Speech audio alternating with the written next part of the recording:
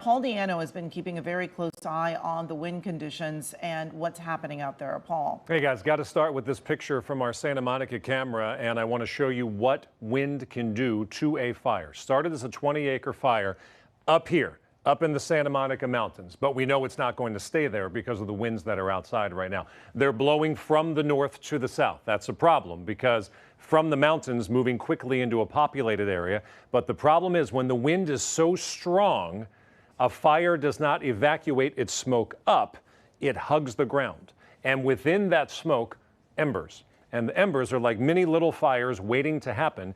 And if they hug the ground and hit the next hill or the next hill or the next hill, they start new fires out ahead of the original fire. We saw that in Camarillo. We saw that in Moore Park. We saw that in Malibu. All that happened over the past couple months. I can tell you that the fire in this image started up here. We can already tell, you can't see it now because the smoke is getting so thick. We counted at least 4 or 5 new fires that have started out ahead or to the south or downwind of the original fire. So this is no longer just a fire burning in one location. It is an event burning in multiple locations because the smoke is not evacuating up. It's hugging the ground and creating new fires out ahead of it. There's a lot of homes right here. The ocean's right there. This fire has the potential, because the winds are so strong, to burn all the way to the Pacific Ocean. We hope and pray that doesn't happen, but it's certainly a possibility. Here's why. Imagine you're driving a car at about 40 to 50 miles per hour. Maybe not the highway speed that you would prefer. That's a pretty fast motion. That's how fast those embers are moving right now. And that's how fast the smoke is moving right now, at 44 to 50 miles per hour. This isn't even the peak of this event. That'll happen tonight and tomorrow, but this is all that matters for the fire burning in Pacific Palisades right now. You can see the wind flow from northeast to southwest at 44 miles per hour. With wind gusts that strong, it is near impossible to contain the fire.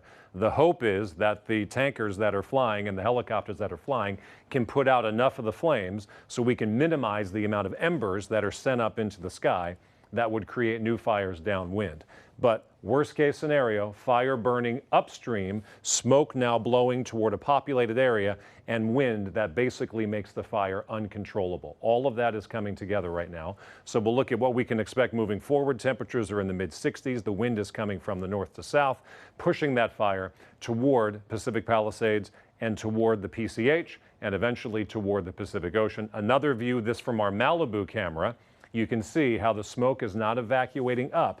It's hugging the ground. This smoke isn't a concern. It's out over the ocean. Don't really care about that much. It's the smoke that's hugging the ground over so many houses and so many neighborhoods where an ember gets caught in your gutters, or an ember gets on your roof, or an ember gets on the tree next to your house.